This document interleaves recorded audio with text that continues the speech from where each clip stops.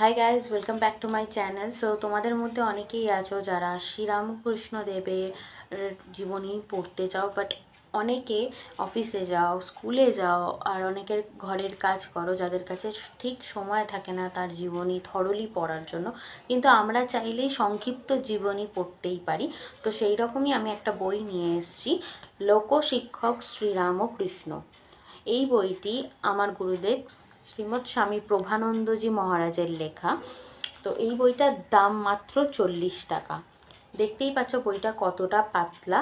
এই বইটা তোমরা অনায়াসে অফিসের ব্রেক টাইমে বা কাজের ফাঁকে বা স্কুলের ফাঁকে যে কোনো টাইমে তোমরা পড়তে পারো। ছোট বড় সবাই এই বইটা পড়তে পারবে। বইটার পেজ সংখ্যা মাত্র 72 পৃষ্ঠা। আর বইটার মধ্যে ঠাকুরের জীবনী ছোট্ট ছোট্ট প্যারায়, ছোট্ট ছোট্ট প্যারাগ্রাফে দেওয়া রয়েছে।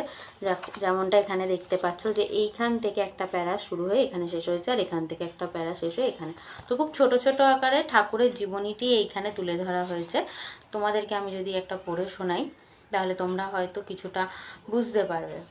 আর এছাড়া এখানে অনেক ছবিও রয়েছে, যেমন ঠাকুরের এই যে অরিজিনাল ছবিটি। তারপর ঠাকুরের সময় কামারপুকুরে শ্রীরামকৃষ্ণের পৈতৃক ভিটের ছবি।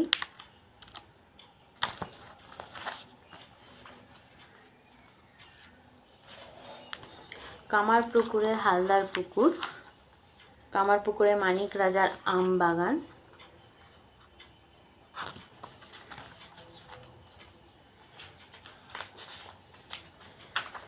পঞ্চবটি রামলালা,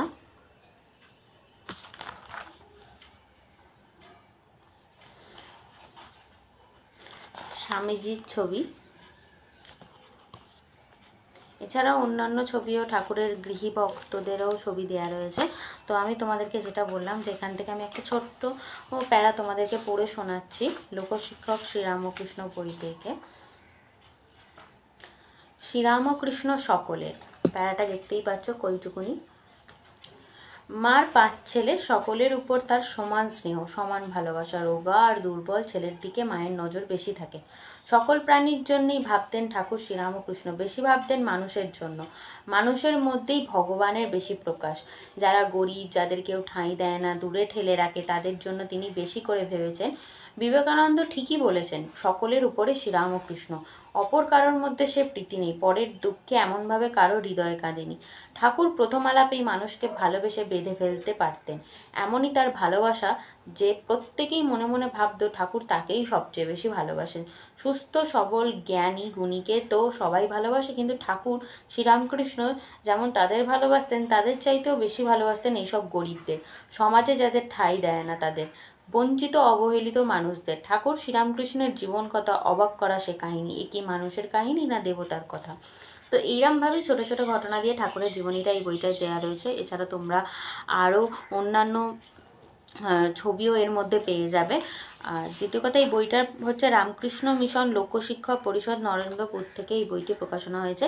তোমরা এই বইটা উদ্বোধন কার্যালয়, মঠের যে কোনো শাখায় তোমরা এই বইটা পেয়ে যেতে পারো। তো অবশ্যই এই বইটা পড়ো তোমরা, ঠাকুরের জীবনীটা জানো। আর ঠাকুরের এই যে রেয়ার ছবিগুলো, এগুলো তোমাদের কালেকশানে রেখো মাত্র 40 টাকার মধ্যে। যদি আমার এই ভিডিওটা তোমাদের ভালো লেগে থাকে তাহলে অবশ্যই like, share, subscribe and comment করো। Thank you.